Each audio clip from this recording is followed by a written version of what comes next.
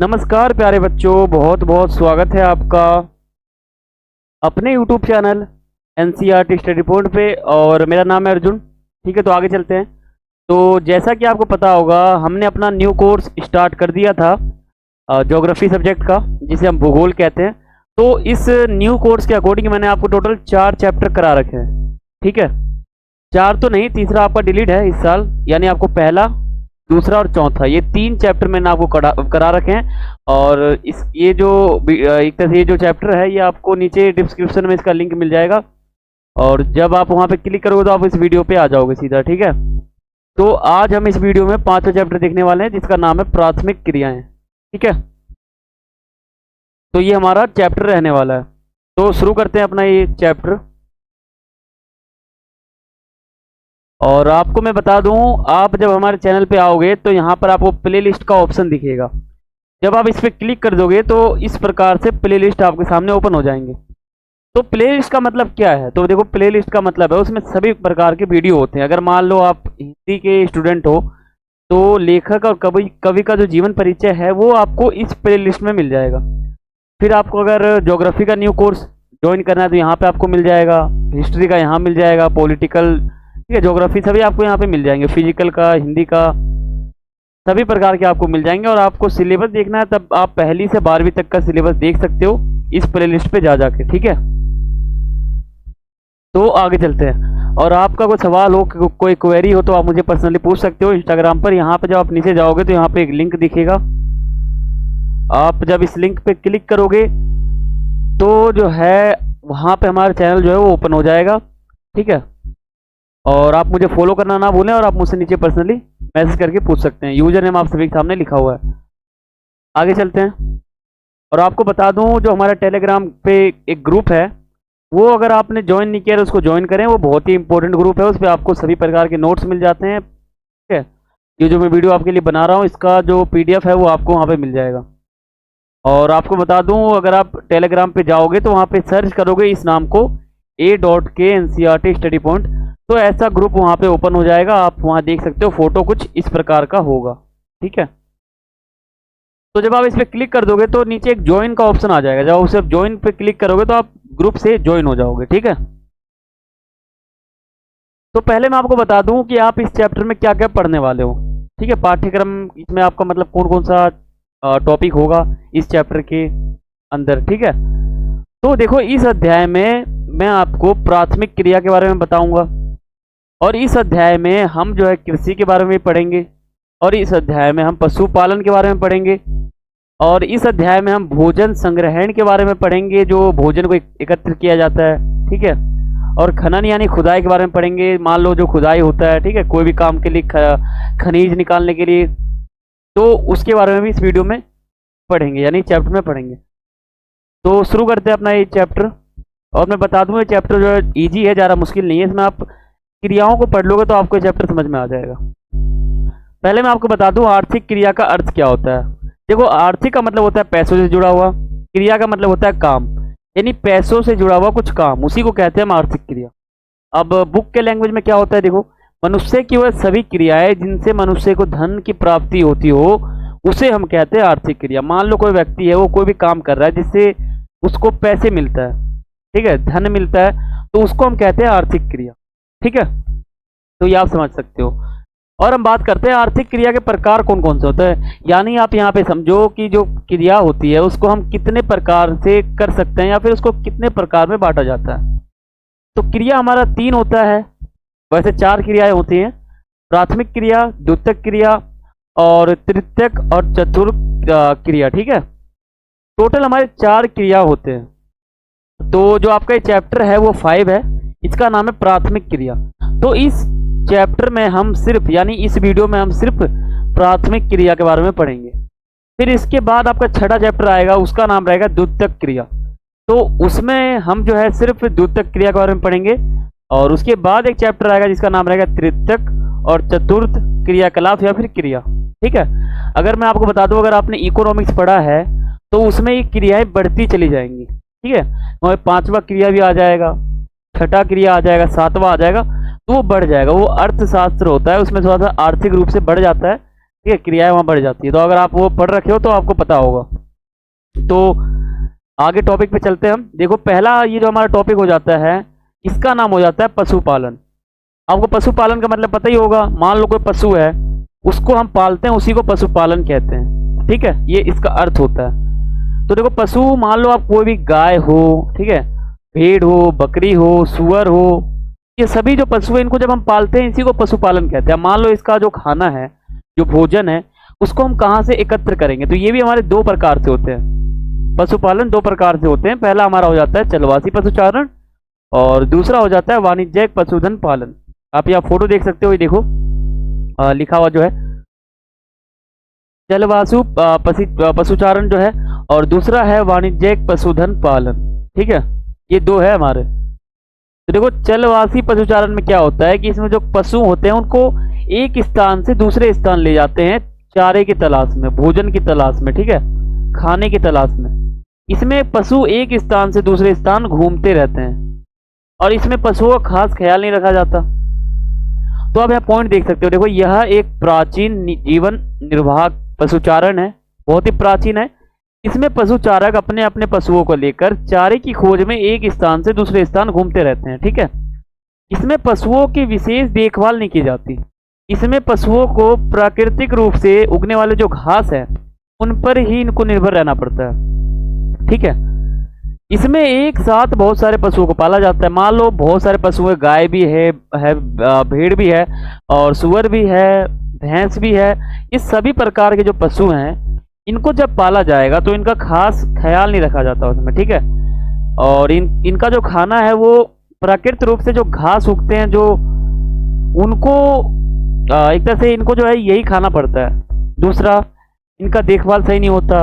तीसरा, ये जो है प्राचीन जीवन निर्वाह पशुचारण है। ठीक है, बहुत प्राचीन है। तो ये हमारा था चलवासी पशुचारण।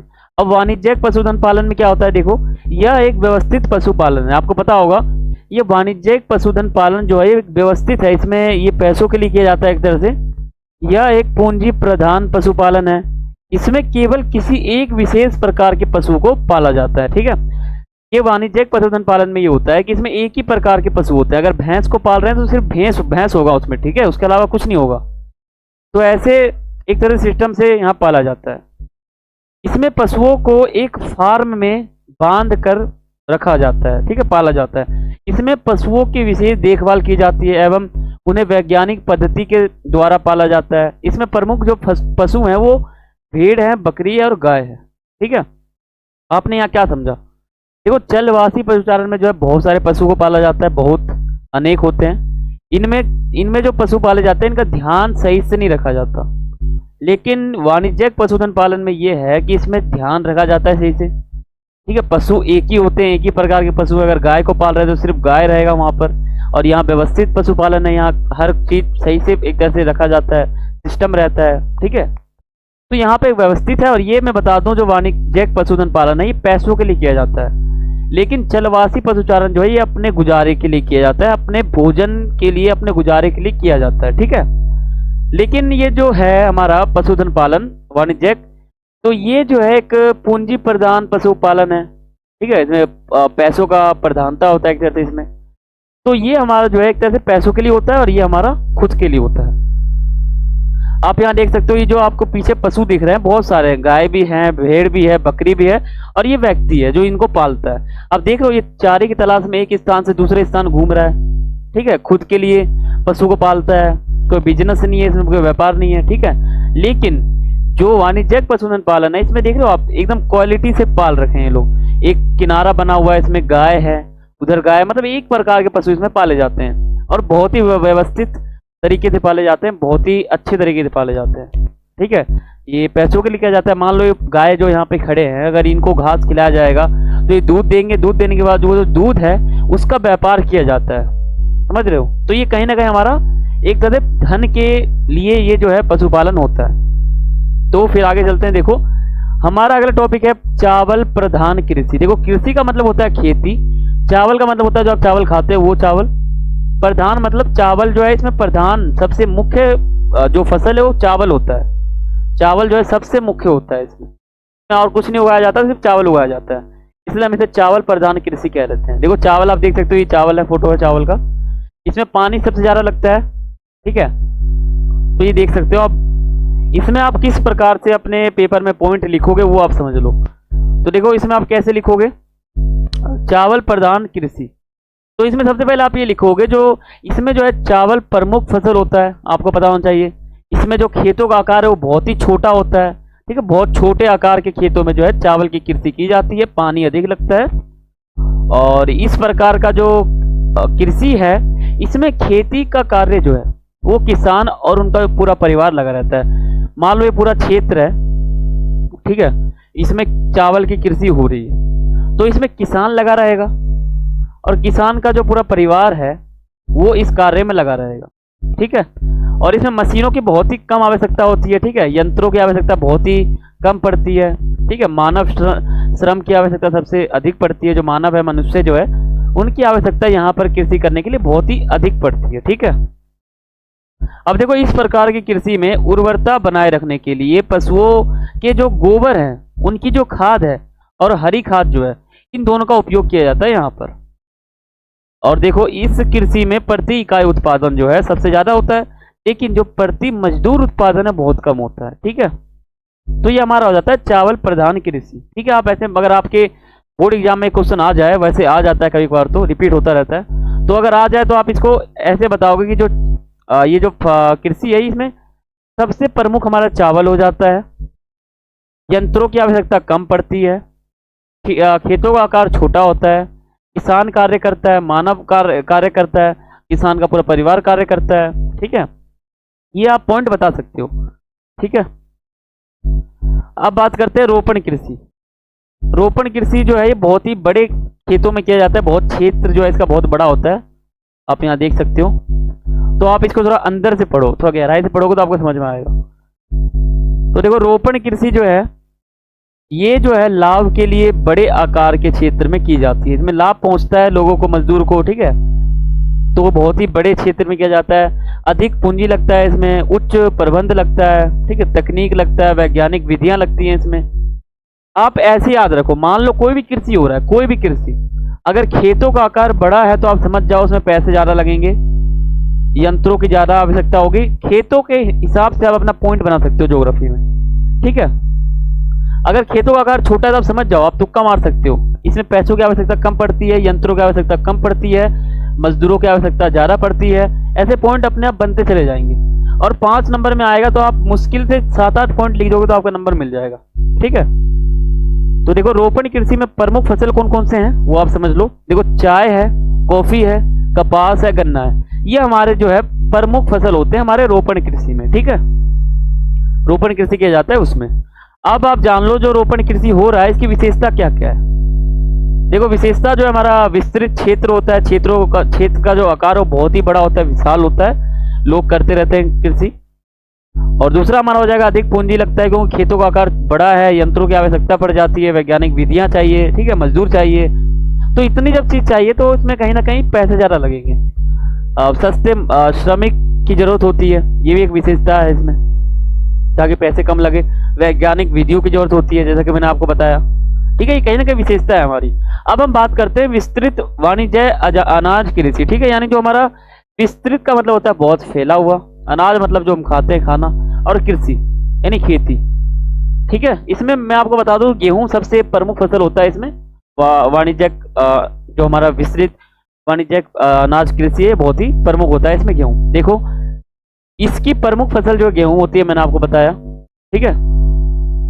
अब देखो इसके अलावा मक्का, जौ, राई, ठीक है, जई, इस प्रकार के फसल भी इसमें उगाए जाते हैं।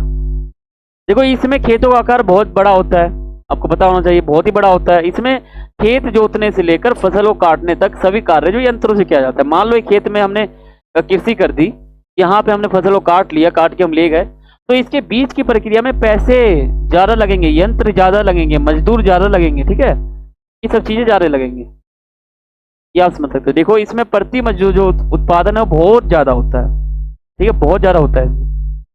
अब जान लो मिश्रित कृषि। देखो मिश्रित का मतलब होता है सब कुछ मिक्स, इसमें पशु भी पाला जाता है, ठीक है, और कृषि भी की जाती है, फसल भी उगाया जाता है, कहीं ना कहीं मिश्रित हो जाता है। आप सोचो पशुपालन अलग चीज है, ठीक है, पशुपालन जो है वो अलग चीज है और जो हमारा फसल है वो अलग चीज है। जब इन दोनों को हम मिलाकर कृषि करेंगे तो ये कहीं ना कहीं मिश्रित हो जाता है, इसलिए हम इस कृषि को बोलते हैं मिश्रित कृषि। समझ गए?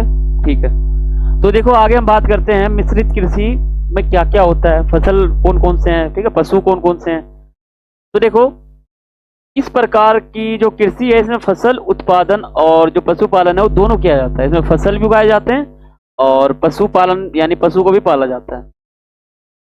अब देखो इसमें खेतों का आकार बहुत एकदम मध्यम होता है, देखो बड़ा भी नहीं होता और छोटा भी नहीं होता, ये बीच का होता है। ठीक है, इसमें जो है प्रमुख आपको फसल पता होना चाहिए, गेहूं है, जौ, राई, जई और मक्का, ये हमारे प्रमुख फसल हो जाते हैं। और पशु हमारे जो है मवेशी हैं, भेड़ हैं, सुअर हैं, ये सभी हमारे पशु हो जाते हैं प्रमुख। इसमें अधिक पूंजी लगती है, आपको पता होगा। इसमें मान लो जो है इसमें पशु भी हैं, खेतों का आकार छोटा है, सबको पाला जाता है, इसमें मिश्रित होता है। अब देखो इसमें रासायनिक खाद्य का उपयोग किया जाता है, जो रासायनिक रूप से जो खाद्य हमको मिलते हैं, ठीक है, उनका उपयोग किया जाता है। इसमें कुशल कृषकों की आवश्यकता हो जाती है। कृषकों का मतलब होता है जो कृषि करते हैं, जो हमारी खेती करते हैं, वो मनुष्य, ह्यूमन, जिन्हें हम मानव भी कहते हैं, व्यक्ति। ठीक है, तो उनकी वो एक तरह से एक एक्सपीरियंस के साथ होना चाहिए, उनको एक्सपीरियंस होना चाहिए कि हाँ ऐसे कृषि किया जाता है, तो कहीं ना कहीं अनुभव वाले कृषि की आवश्यकता हो जाती है। चलो ठीक है, आगे हम अपने बात करते हैं। देखो आगे हमारा टॉपिक आता है डेयरी कृषि। डेयरी मतलब आपको पता होगा, जो आप कभी दूध लेने जाओगे दुकान पर तो उसे हम डेयरी कहते हैं। वो दूध रखता है, दही रखता है, मक्खन रखता है, बटर रखता है, पनीर रखता है, सभी प्रकार की वो चीज रखता है। ठीक है, तो यहाँ पे होता है डेयरी कृषि। तो इसको मैं आपको थोड़ा बताता हूँ विस्तार से। देखो ये जो डेयरी कृषि है, इसमें अब ये जो है अपने आप में जो है पूर्ण आर्थिक क्रिया है। ठीक है, बहुत ही इसमें एक तरह से लाभ होता है मनुष्य को, जो भी कार्य करता है उसको। और इसमें दूध, घी, मक्खन, पनीर, ये सब यहाँ पे मिलता है, मैंने आपको बताया। अब देखो डेयरी व्यवसाय जो है ये दुधारू पशुओं के पालन पोषण का उन्नत एवं दक्ष प्रकार है। ठीक है, बहुत ही इंपॉर्टेंट है एक तरह से ये। आप ये टॉपिक बताऊं तो डेयरी कृषि कई बार आ जाता है, इंपॉर्टेंट है। अब हम आगे बढ़ते हैं, आगे हमारा टॉपिक आ जाता है ये देखो डेयरी कृषि जो है नगरीय और औद्योगिक केंद्रों में क्यों किया जाता है। मान लो कोई नगर वाला एक क्षेत्र है जहाँ उद्योग लगे हुए हैं, ठीक है, लोग कार्य करते हैं, तो वहीं पर जो है ये कृषि यानी ये जो डेयरी कृषि है वहीं पे क्यों किया जाता है, बताओ। तो ये एक प्रश्न है। अब ये प्रश्न का जवाब क्या है, देखो नगरीय और जो औद्योगिक केंद्र हैं, जहां पर नगर एक तरह से नगरीकरण या फिर जहां जो नगर वाला इलाका है, जहां नगर है एक तरह से ग्रामीण नहीं है वो, और जहां औद्योगिक यानी उद्योग लगे हुए हैं, फैक्ट्रियां लगी हुई है, वहां पर दूध और डेयरी उत्पादनों के जो प्रमुख जो उपभोक्ता है वो है यहाँ पर। यानी मान लो जहाँ पे नगर वाला इलाका है वहां पर दूध की आवश्यकता, पनीर की आवश्यकता, घी की आवश्यकता सबसे अधिक होती है। ठीक है, ये डेयरी जो है उत्पादों को बाजार में उपलब्ध कराते हैं। ये देखो मान लो ये जो गाय है, आपको दिख रहे होंगे, ये जब घास खाते हैं फिर दूध देते हैं। ठीक है, तो ये जो दूध जमा हो रहा है इसको कहीं ना कहीं बाजार में बेचा जाता है। ठीक है, तो ये हो जाता है। अब देखो नगरों और औद्योगिक केंद्रों में डेयरी उत्पादों की जो मांग है वो सबसे अधिक है। यहाँ पे सबसे ज्यादा मांग है डेयरी उत्पादन की या फिर कृषि की। अब हम बात करते हैं सामूहिक और सहकारी कृषि क्या होता है, इन दोनों में डिफरेंस क्या होता है, अंतर क्या होता है इन दोनों के बीच। देखो ये इंपॉर्टेंट है, सामूहिक और सहकारी कृषि। आपके बोर्ड एग्जाम में आ सकता है कि सहकारी कृषि एवं सामूहिक कृषि के बीच अपने हिसाब से जो है या फिर इनके बीच अंतर स्पष्ट करो। 3 नंबर में 5 नंबर तक आ सकता है। अब आप देखो सहकारी कृषि क्या होता है। देखो इसमें कृषकों का एक समूह होता है। मान लो कोई एक व्यक्ति खेती कर रहा है, ये भी कर रहा है, ये भी कर रहा है, तो इन सब का एक समूह होता है। यहाँ पे मान सकते हो देखो ये लोग कृषि कर रहे हैं तो इनका एक समूह है। ठीक है, जो कि अपनी कृषि से अधिक लाभ कमाने के लिए खुद की इच्छा से सहकारी संस्था बनाते हैं। ठीक है, सहकारी संस्था जो है वो कृषकों को हर प्रकार से मदद करती है। और सामूहिक में क्या होता है, देखो यह जो है यह कृषि सोवियत संघ से शुरू हुआ था। सोवियत संघ आपको पता होगा, यह USSR, ठीक है, 1917 में बना था, रूसी क्रांति में। तो अगर आपने पॉलिटिकल साइंस पढ़ा है तो उसमें ये टॉपिक बहुत ही विस्तार से बताया गया। तो जो सोवियत संघ महाशक्ति था उसमें ये जो कृषि है इस प्रकार का वो जारी किया गया था। इस कृषि को सोवियत संग में जो है कोलक खौज भी कहा जाता है, यानी खोल खौज भी कहा जाता है इसको। ठीक है, इसमें सभी कृषक जो है वो मिलकर खेती करते हैं, सामूहिक है, समूह में करते हैं ये लोग। उत्पादन के साधनों पर नियंत्रण सरकार का हो जाता है, जो भी उत्पादन होता है, जो भी मान लो फसल उगता है, उस पर नियंत्रण जो है सीधा सरकार का होता है, मजदूर का नहीं होता, उनको ऐसे पैसे मिलते हैं। ठीक है, ये होता है सामूहिक और सहकारी। अब हम बात करते हैं खनन एवं खुदाई जो है, इसका अर्थ क्या होता है। मान लो कुछ भी खुदाई हो रहा है गहराई में 500 फुट नीचे, ठीक है, 10 फुट नीचे, तो जो खुदाई हो रहा है इसका अर्थ क्या होता है, खुदाई किसे कहते हैं, या फिर खनन जो होता है वो क्या होता है। तो आप यहाँ देखो, इसकी परिभाषा है, जमीन से महत्वपूर्ण खनिज संसाधनों को निकालने की क्रिया को खनन कहा जाता है। कोई भी जमीन के अंदर महत्वपूर्ण खनिज है, संसाधन है, पेट्रोल कुछ भी है, उसको जब हम खनन करके जमीन में खुदाई कर कर निकालते हैं, उसके बीच की प्रक्रिया को बोलते हैं खनन यानी खुदाई। ठीक है, अब देखो खनन के जो प्रकार हैं वो कौन कौन से होते हैं। देखो पहला हमारा हो जाता है धरातलीय खनन, और दूसरा आपको बताता हूं, देखो इसे विवरित खनन भी कहा जाता है। यह खनन जो है सबसे सस्ता तरीका होता है, ये खनन का सबसे सस्ता तरीका होता है।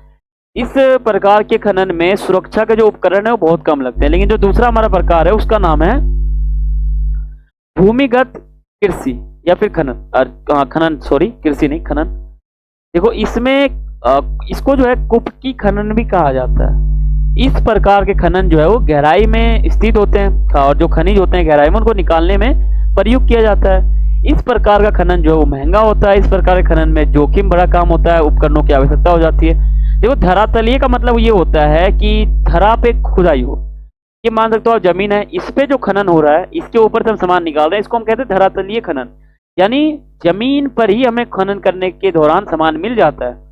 लेकिन भूमिगत खनन में क्या होता है कि वो जमीन के अंदर जाते हैं, 500 फुट 1000 फुट गहराई खनन मतलब खुदाई करते हैं, गहरा गड्ढा करते हैं, बहुत ही लंबा 500 मीटर, ठीक है 500 फुट इतना लंबा करते हैं, वो जमीन के अंदर जाते हैं और खनिज को ढूंढते हैं। इसे हम कहते हैं भूमिगत खनन। ठीक है, तो ये जो भूमिगत खनन है कहीं ना कहीं जोखिम भरा काम होता है। मान लो व्यक्ति अगर जमीन के अंदर जा रहा है तो क्या पता उसकी मृत्यु भी हो सकती है ना।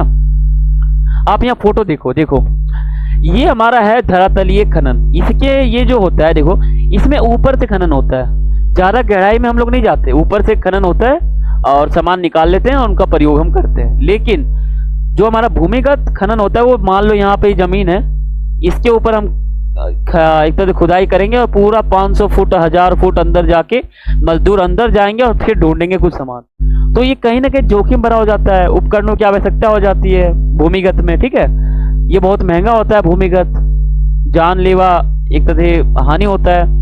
और ये जो धरातलीय सस्ता होता है, उपकरणों की आवश्यकता कम पड़ती है, पैसे कम लगते हैं, खतरा कम होता है, ठीक है, समय कम लगता है, ये सब इसमें फायदा हो जाते हैं या फिर इसके विशेषताएं हैं। ठीक है, ये देख सकते हो गुफा के अंदर मतलब गहराई 500 फुट अंदर जाते हैं जमीन पे, फिर ये देखते हैं अंदर जाके कुछ चीज मिलता है कि नहीं मिलता। ठीक है, तो देखो यहाँ पे हमारा एक चैप्टर खत्म हो जाता है। चैप्टर का नाम था हमारा प्राथमिक क्रिया। ठीक है, तो ये प्राथमिक क्रिया हमारा खत्म हो गया। इसमें मैं आपको बताया था कि जो आर्थिक क्रिया होते हैं वो 4 होते हैं। ठीक है, तो इसका अगला चैप्टर आएगा छठा, जिसका नाम रहेगा द्योतक क्रियाएं, तो वो मैं आपको करा दूंगा। ठीक है, तो वो चैप्टर मैं आपको करा दूंगा, बहुत ही इजी है वो भी, लेकिन ये भी बहुत इजी था, ये ज़्यादा मुश्किल नहीं है। इसका नाम था प्राथमिक क्रिया यानी प्राइमरी एक्टिविटीज। ठीक है, ये इसको कह देते हैं। और इसके बाद छठा चैप्टर आएगा, उसका नाम रहेगा द्योतक क्रिया, है ना, द्योतक क्रिया। तो यहाँ पे हमारा चैप्टर खत्म हो जाता है। अगर आपने हमारे चैनल को सब्सक्राइब नहीं किया तो इसको सब्सक्राइब करें, जरूर सब्सक्राइब करें और बेल आइकन पे क्लिक करें। ठीक है, अगर वीडियो अच्छा लगा हो तो वीडियो को लाइक करें और जितना हो सके उतना शेयर करें, और कुछ भी आपको पूछना हो तो आप कमेंट कर सकते हो। ठीक है, तो फिर मिलते हैं अगले वीडियो में, तब तक के लिए सभी को थैंक्स फॉर वॉचिंग। जय हिंद, जय भारत।